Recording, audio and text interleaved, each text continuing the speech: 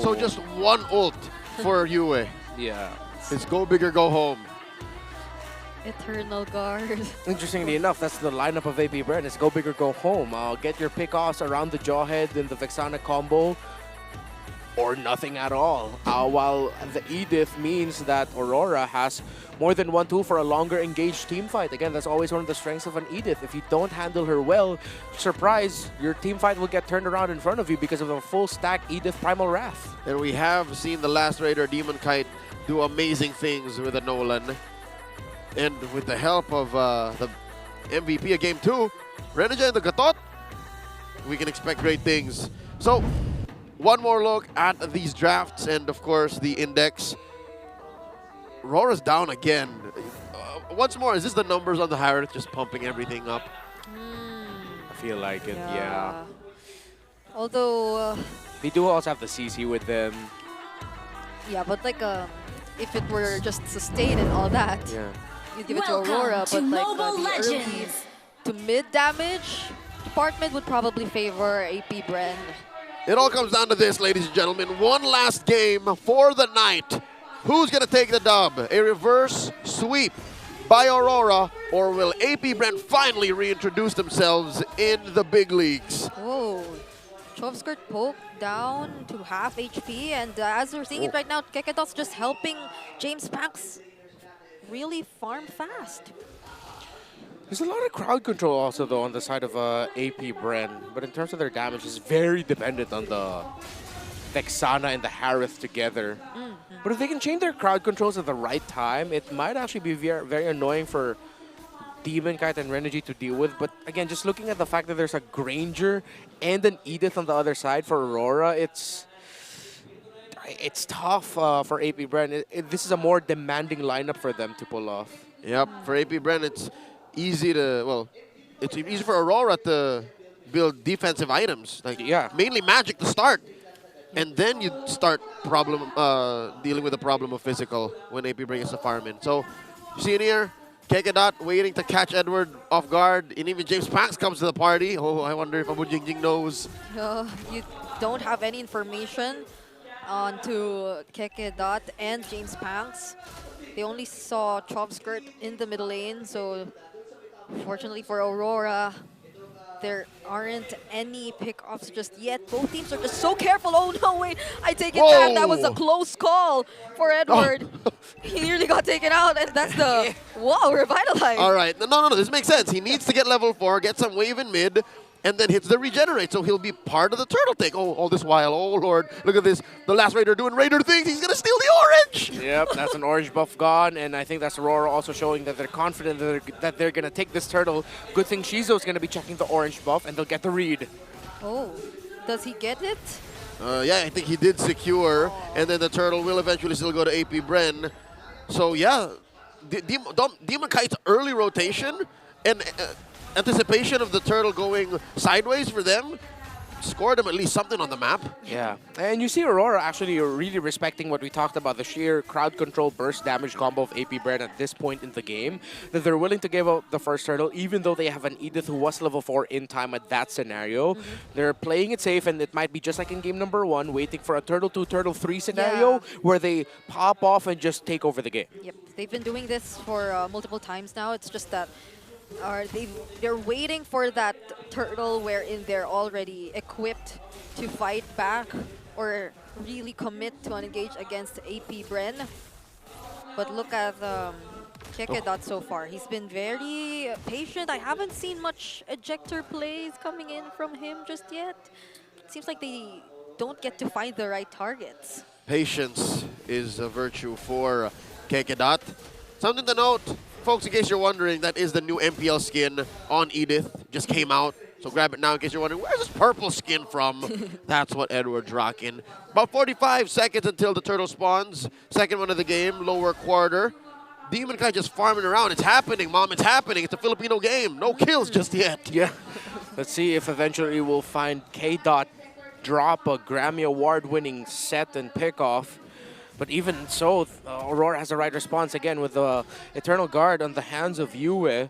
There will always be a counter response to whoever Kekedot can initially burst off. You guys are also going to get knocked up by a Valentina Eternal Guard. Yeah. So again, this is what we talked about with AP BREN. Timing, they really have to make sure that they're keeping things in check, remembering what Rora can toss out in the counter, and not just full commit dive on everyone because that might be costly. Yep, and this pathing again kind of tells you that they are willing to let AP BREN start the turtle. Demonkite has just taken his orange buff, but they nonetheless are positioned. Renegade and Edward, they're here, they're ready. It's looking like a counter. Take it, the flicker by Kekedot. They go for Edward, but there is the AOG from Renegade, and now Kekedot can no longer go back to his teammates. He will be the first to get taken out. Shizu, though, there is the response from him. Whoa! Using the Salmon Force, but Demonkite with the free hits, just tossing those bullets, and there might be next the flicker from Yue as well, dodging the curse blast, and they will still be the ones to win the fight. Demonkite gets outplayed by James Banks. All this while, Demonkite was going for the turtle, so he chose his battle. He says, brother, you got this. I'm going to take the objective. Was that me or was that a stray bullet by Demonkite missing James Banks by an inch? Yeah, just like one single one from the Rhapsody. Yep. And that could have taken down James Banks already. But good committal there actually by James Banks to acknowledge that, you know, there's a chance I can win this. I'm not going to back off. I'll just fight. Yep, talk about a dead zone on the Granger. Just like the Sicilian, when you're that close to a long-range hero like this, you usually have them cornered, usually checkmate. So that's that sequence right there. And despite the turnaround by Aurora, small lead, very small win. Oh, Demonkite, could he be sensing this? Kekedot can actually look for him right here. There goes the Unstoppable Force and the Ejector, but gets taunted by Renegade. Still gets to cast the Ejector, but only towards his teammates. There's the AOG. Also landed towards Shizu, and right under the turret, he won't be able to sustain the damage of 5. The Silent Kid will not survive to save his tier 1, but all this while, look at there. He's up there, pushing, takes tier 1 up top. I was surprised that Shizu actually committed to trying to get the minion waves for defending that. The moment he saw that there were already 5 members of Aurora spotted out by Kekedot, he should have already been on the way back to base. He shouldn't have stuck there any longer. And he gets picked off as well. So that's a 1-2-2 start for the Harith. Not a good one for AP BREN. Looking at the items though, it is a 1,000 gold lead favoring Demonkite, already up to a very quick Sky Piercer. We'll be going to the, if I'm not mistaken, Malefic Roar for the 3rd, while the Harith is still on the way to the Feather of Heaven 2nd item. Oh, this is a fight waiting to happen. Renegade and Demonkite engaging with Kekedot. There, pushing him back. A silver lining for AP BREN. Mr. Panks is actually up from Demonkite by about 200 gold. Like, he's racing him. He got his 2nd item first. So if the farm continues this way, then maybe AP BREN can set something up post-turtle. Yep. Dare doesn't have his curtain call just yet though. So Aurora Gaming might be the ones to start this objective. We said it again. So this might be the timings for them to finally decide to engage. But there goes Kekedot. He won't be able to set up anything for his team because he gets taken out first. Yue, Dare's trying to look out for him, but it's James Banks that matters for Aurora. He gets taken down next. Dare, he will be receiving the Death Sonatas. And that's a flicker from Demonkite too, just making sure that he goes down. But he's been dancing around everyone. But that last bullet still connects, and he gets taken out. What dead zone? Demonkite flickers forward just to confirm the kill onto there in the face of a 2-man gank squad. AP BREN did not see that coming. He sidestepped the Deathly Grasp too. Dare was pulling Demonkite into the range of Chovskirt's Vexana. But just when I thought Demonkite would get caught out by a Deathly Grasp, he went back a little bit. It was a fade away Death Sonata and he got the kill still onto Dare. I think they call that an FDS in the business. About a minute until the Lord spawns lower quarter. AP BREN catching their breath. James Banks now has his first death of Game 3. 8.5 minutes in. This is as macro tight as it gets. Yeah. And so far, Aurora are going through the cracks of where AP BREN will allow for them to. And so far, Demonkite unscathed. Yeah, how does Kekedot position himself and control the brushes though? It seems like every single time since Aurora right now, they get to group up a lot more. There's just so many ways for them to check the areas, the brushes around. It's those consistent Death Sonatas coming in from Demonkite too, which ensures that they're in a safe spot. That's why it costs Kekedat so much, either a conceal or a flicker, to even get anything started. Currently, Demonkite sitting at 420 stacks. He's firing up. Though we got to see there in the previous big team fight just how much a Gacha entry and an Edith ultimate will mess up an AP BREN team fight. Like, it's so demanding for them to fight under those ultimates. The entry of Renegade will mess up their formation, forcing them to re-scramble mid-team fight while they're avoiding certain things. And Edward's Primal Wrath will make them think twice about using all their abilities at once. He does have one on lock. Looking for it! A successful Terrify and Flicker Shatter coming in from Edward 2 to take down Kekedat. But Renegade, will he survive this? Blade Surge coming in from James Pax, but there's the Revitalize to help him survive. Mr. Panks was an inch away from a charge sever, so he couldn't get the double. Aurora lived to tell the story. They back off. Lord gets reset. Revitalize just on time, and they were running at the right time as well. In the right direction. In the right direction. Shizu and James Pax could have gotten two, maybe even converted it into a third, maybe even threatened to show Aurora, hey, come closer, we're already going for the Lord. But now, Aurora's still in control. Oh my. AP BREN also trying to hold this mid lane, but it feels like it doesn't matter to Aurora MLBB anymore. Nice chubby wave left up in the long lane. Passive push for Aurora, and we're back to the Lord Dance. Amazing work for Aurora again. Season 8 champions Blacklist, Season 9 champions RSG. The remnants of those two teams are in Aurora. They're masters of the Lord Dance. Oh wait, but Kekedat and Shizu, who could they be after? There's the Conceal and the Flicker forced out from Yue. Great use of space by Yue.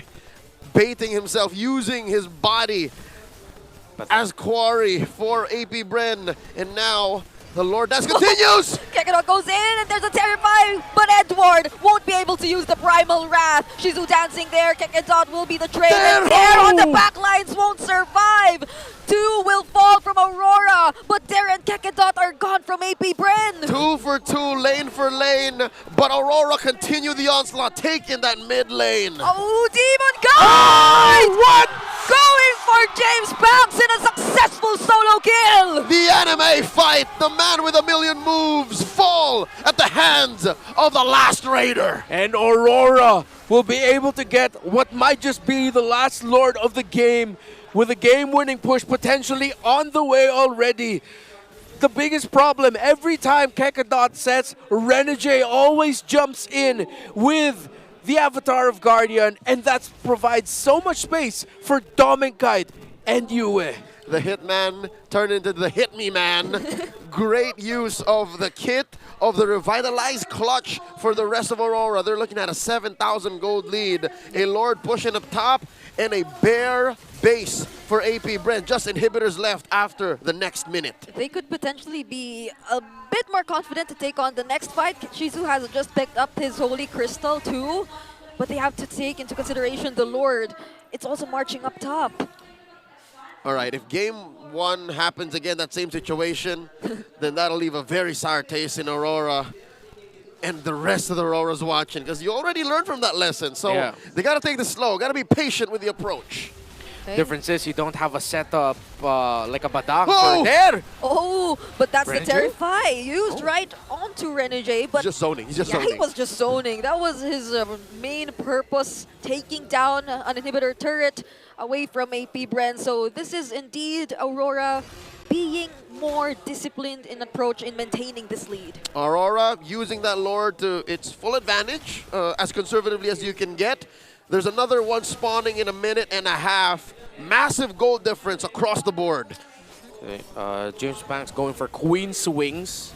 Oh, Edward! Oh, wait, he gets to go in, uses the Cyclone Eye to get there. There, though, speaking of there, there's the Vengeance coming in from him. The let him survive. A beautiful Eternal Guard coming in from Chop's Skirt, but Demonkite still makes it out alive. Edward 2 with the Flicker, and none from Aurora will die. Luckily, he had the energy to stay alive and dash out, spell vamp his way to staying alive.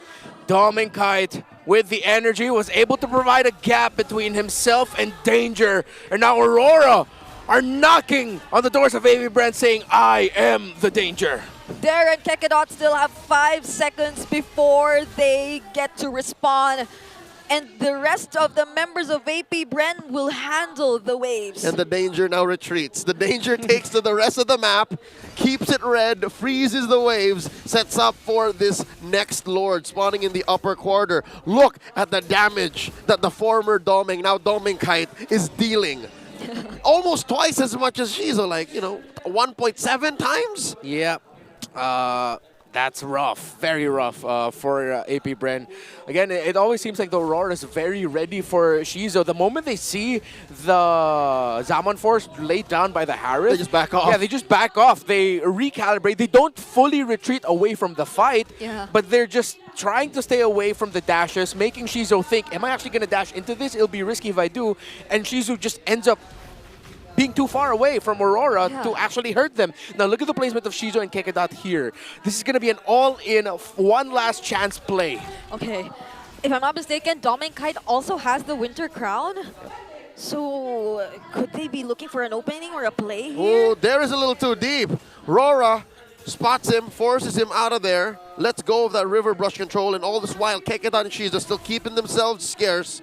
Now the jig is up, and Aurora are blitzing the Lord. Oh no, they find Shizu, they get the information, and no contest whatsoever will happen for AP BREN. Tranquilo, my friend. They used patience and calm to get that Lord for free. Yeah, with a chubby wave down in the bottom lane, that did force James Spanks to respond. And Aurora, the moment they saw the jungler of AP BREN down in the bottom lane clearing waves, they just went ahead for it.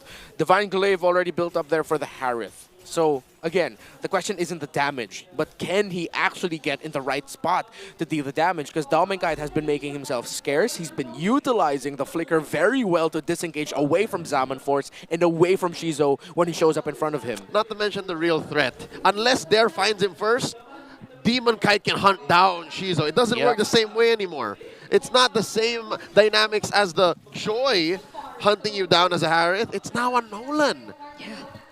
And now with 3 waves coming in together all at the same time, will Aurora find a way to end this? Renegade going in with the AOG, but they will be focusing on clearing out the Lord first. That's the Vengeance forced out from there, and the Eternal God used by Aurora. Kekedot is down, and now Renegade's immortality popped, but UA flickering in alongside Demonkite. This might just be a wipeout right before the Northern Lights successfully complete the reverse sweep. The win streak continues for Aurora Gaming as they take Game 3 and the series 2-1. We could have ended the day with another Savage on a Granger, but Edward got the last hit. Demonkite walks away with a Maniac, but at the end, Aurora walks away with a win. There's going to be a long talk between Demonkite and Edward. It's going to be a weird ride all the way back to the boot camp. But nonetheless, congratulations to Aurora Gaming. AP BREN, though, they're cooking. Yeah.